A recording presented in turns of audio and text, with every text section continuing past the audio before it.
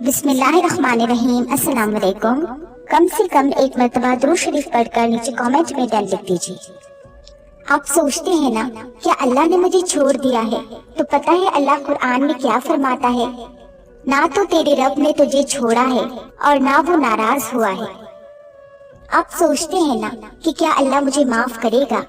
تو پتہ ہے اللہ قرآن میں کیا کہتا ہے کہ اے میرے بندو جنہوں نے اپنی جانوں پر زیادتی کی ہے، تم اللہ کی رحمت سے نا امید نہ ہو جاؤ۔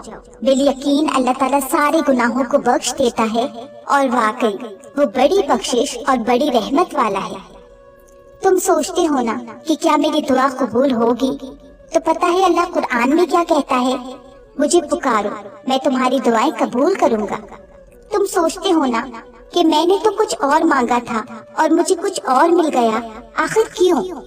تو پتہ ہے اللہ قرآن میں کیا کہتا ہے کہ عین ممکن ہے کہ تم ایک چیز کو برا سمجھو حالانکہ وہ تمہارے حق میں بہتر ہو، اور یہ بھی ممکن ہے کہ تم ایک چیز کو پسند کرو حالانکہ وہ تمہارے حق میں بری ہو، اور اصل حقیقت تو اللہ جانتا ہے اور تم نہیں جانتے۔ تم سوچتے ہو نا کہ اللہ ہمیں ہمیشہ ہماری قریبی محبوب چیز یا خوف سے ہی کیوں آزماتا ہے؟ تو پتہ ہے اللہ قرآن میں کیا کہتا ہے؟ اور دیکھو ہم تمہیں آزمائیں گے ضرور، کبھی خوف سے اور کبھی بھوک سے، کبھی مال و جان سے اور کبھی پھلوں کی کمی کر کے۔ اور جو لوگ ایسے حالات میں صبر سے کام لیں تو ان کو خوشخبری سنا دو۔ تم کہتے ہو نا کہ کیا یہ مشکل، یہ تکلیف کبھی ختم ہوگی؟ کیا میرے لیے اچھے دن آئیں گے؟ تو پتہ ہے اللہ کیا کہتا ہے؟ دور نہیں کہ اللہ تنگی اور دشواری کے بعد آسانی پیدا کر دے گا۔ تم کہتے ہو نا کیا اس سارے صبر کا مجھے کوئی صلہ ملے گا؟ تو پتہ ہے اللہ کیا کہتا ہے؟ اور اللہ ان کے صبر و برداشت کے بدلے میں انہیں جنت کے سرسبز و شاداب گنے باغ اور ریشمی لباس عطا کرے گا۔ تم کہتے ہو نا کہ اگر کوئی مجھ سے میرا رزق چھین لے گیا تو پتہ ہے اللہ کیا کہتا ہے؟ اور زمین پر چلنے والا کوئی ایسا جاندار نہیں ہے جس کا رزق اللہ نے اپنے ذمہ نہ لے رکھا ہو، وہ اس کے مستقل ٹھکانے کو بھی جانتا ہے اور عارضی ٹھکانے کو بھی، ہر بات ایک واضح کتاب میں درج ہے۔ تم کہتے ہو نا کہ میرا دل دنیا سے خوف زدہ ہے، تو اللہ کہتا ہے اور نہ تم ہمت ہارو اور نہ غم کرو، اور تم ہی غالب رہو گے اگر تم مومن ہو۔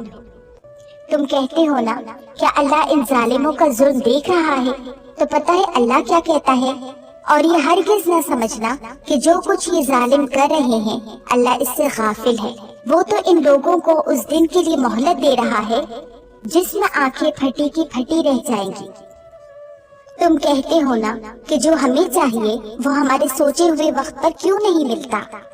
تو اللہ کہتا ہے کہ ہر واقعے کا ایک وقت مقرر ہے اور جلد ہی تمہیں سب معلوم ہو جائے گا۔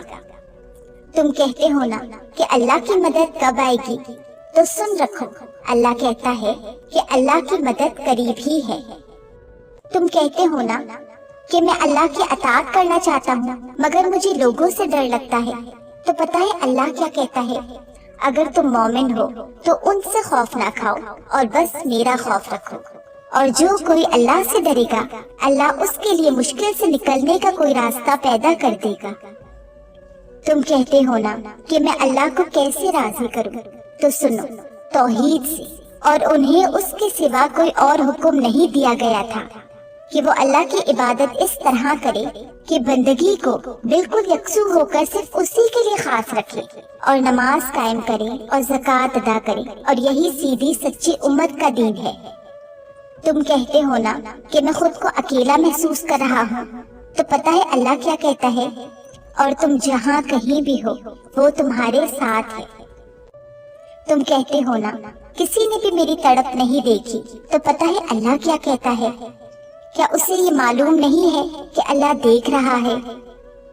تم کہتے ہو نا اگر سب مجھے چھوڑ کر چلے گئے تو پتہ ہے اللہ کیا کہتا ہے؟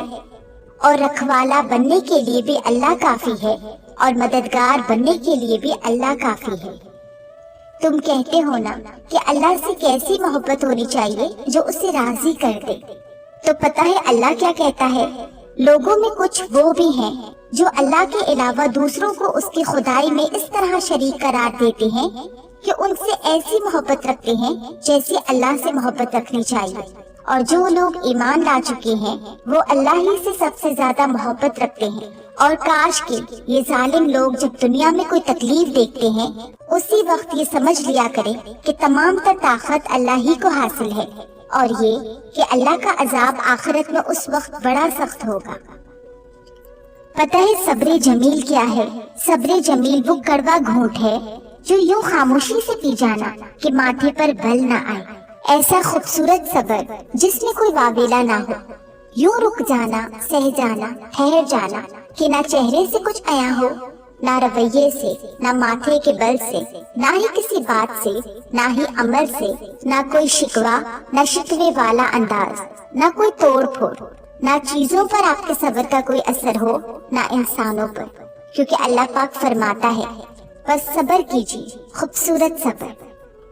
اگر آپ اس وقت بہت اداس ہیں اور مایوس ہو رہے ہیں تو فوراً سے یہ دعا پڑھ لیں، اللہم انی اعوذ بک من قلب لا یخشع، من دعاء لا یسمع، ومن نفس لا تشبع، ومن علم لا ينفع، واعوذ بک من ہؤلاء الاربع، کہ اے اللہ میں تیری پناہ مانگتا ہوں ایسے دل سے جو ڈرتا نہ ہو، یعنی جس میں خوف خدا نہ ہو، اور ایسی دعا سے بھی تیری پناہ مانگتا ہوں جو سنی نہ جائے، اور اس نفس سے بھی تیری پناہ مانگتا ہوں جو سیر نہ ہو، اور ایسے علم سے بھی تیری پناہ چاہتا ہوں جو فائدہ نہ پہنچائے۔ اے اللہ میں ان چاروں چیزوں سے تیری پناہ چاہتا ہوں۔ جب ہم اداس ہوتے ہیں تو بہت زیادہ چانسز ہوتے ہیں کہ ہم شیطان کی باتوں میں آ جائیں اور مایوسی کی طرف چلے جائیں۔ ہمیں خود کو ہر صورت اس مایوسی سے بچانا ہے۔ جتنی بھی بڑی اداسی ہے اپنے اللہ کو بتاؤ، اس سے مدد مانگو، اپنے اور اللہ کے درمیان مایوسی کو نہ آنے دو، ورنہ پھر بہت مشکل ہو جائے گی واپس لوٹنے میں۔ تو جب بھی اداسی ہونے لگے تو فوراً کچھ ایسا ڈھونڈنے کی کوشش کرنی چاہیے کہ جس سے اللہ کی قربت مل سکے، پھر چاہے وہ قرآن کے الفاظ ہوں، پھر چاہے وہ فوراً کوئی دینی لیکچر ہو، یا کوئی چھوٹا سا کلپ، یا پھر کوئی مسنون دعا ہی کیوں نہ ہو، ایسی چیزیں جو اللہ کی یاد دلائے، جو اللہ کو محسوس کروائے۔ تو ابھی جو دعا میں نے آپ کو بتائی ہے نا، اسے دوبارہ پڑھیں، اس کا ترجمہ پڑھیں، اسے محسوس کریں، اس میں اللہ کو محسوس کریں، ابھی کے ابھی آپ کی ساری اداسی بھاگ جائے گی انشاءاللہ۔ اور یاد رکھیں کہ اگر اللہ تمہیں بار بار مانگنے کی توفیق دیتا ہے تو اس کا مطلب ہے کہ وہ تمہیں دینا چاہتا ہے، کیونکہ اللہ پاک قرآن میں فرماتا ہے وَلَسَوْفَ يُعْطِيكَ رَبُّكَ فَتَرْضَىٰ، کہ ان قریب تمہارا رب تمہیں اتنا دے گا کہ تم خوش ہو جاؤ گے۔ اگر اللہ تمہیں کسی چیز کے لیے بار بار دعا مانگنے کی اجازت دیتا ہے تو یہ بے وجہ نہیں ہے، یہ اس بات کی نشانی ہے کہ وہ تمہاری آواز سننا چاہتا ہے، اور تمہارا دل اس درخواست کے ذریعے اب بھی اس سے جڑا ہوا ہے۔ جب بھی تم اپنے ہاتھ اٹھاتے ہو، جب بھی تمہاری آنکھیں آنسوؤں سے بھر جاتی ہیں، اور جب بھی تم وہی دعا پھر سے آہستہ سے دہراتے ہو، وہ تمہیں سنتا ہے۔ تم سمجھتے ہو شاید کچھ نہیں ہو رہا، مگر غیب کی دنیا میں تمہارے الفاظ لکھے جا رہے ہیں، تمہارے صبر کا صلہ دیا جا رہا ہے، اور انتظار کے ذریعے تمہارا دل پاک کیا جا رہا ہے۔ کبھی اللہ کی سب سے خوبصورت رحمت یہ نہیں کہ وہ فوراً دے دے، بلکہ یہ ہے کہ وہ تمہارے دل کو دعا مانگتے ہوئے زندہ رہنے دے۔ جب اللہ واقعی کسی چیز کو تمہارے لیے نہیں چاہتا تو وہ تمہارے دل سے اس کی چاہت ہی ختم کر دیتا ہے، لیکن اگر وہ خواہش اب تک بھی تمہارے دل میں زندہ ہے اور تمہارا دل اب بھی اس چیز کے لیے اللہ کی طرف رجوع کرتا ہے تو یہ بے وجہ نہیں ہے۔ جب اللہ واقعی کسی چیز کو تمہارے لیے نہیں چاہتا تو وہ تمہارے دل سے اس کی چاہت ہی ختم کر دیتا ہے، لیکن اگر وہ خواہش اب بھی تمہارے دل میں زندہ ہے اور تمہارا دل اب بھی اس چیز کے لیے اللہ کی طرف رجوع کرتا ہے تو یہ بے وجہ نہیں ہے۔ اس کا مطلب یہ ہے کہ دعا خود اللہ سے ایک روحانی تعلق کا ذریعہ ہے، یہ تمہارے اور اللہ کے درمیان ایک پل ہے جو تمہیں عاجزی، امید اور قرب الہی میں قائم رکھتا ہے۔ دیر ہونے سے یہ نہ سمجھو کہ اللہ تمہیں بھول گیا ہے، اللہ کبھی نہیں بھولتا، وہ صرف تمہارے لیے بہترین چیز تیار کر رہا ہوتا ہے اور اسے تمہاری زندگی کے صحیح وقت کے ساتھ ملا رہا ہوتا ہے۔ جب وقت آئے گا تو الوہاب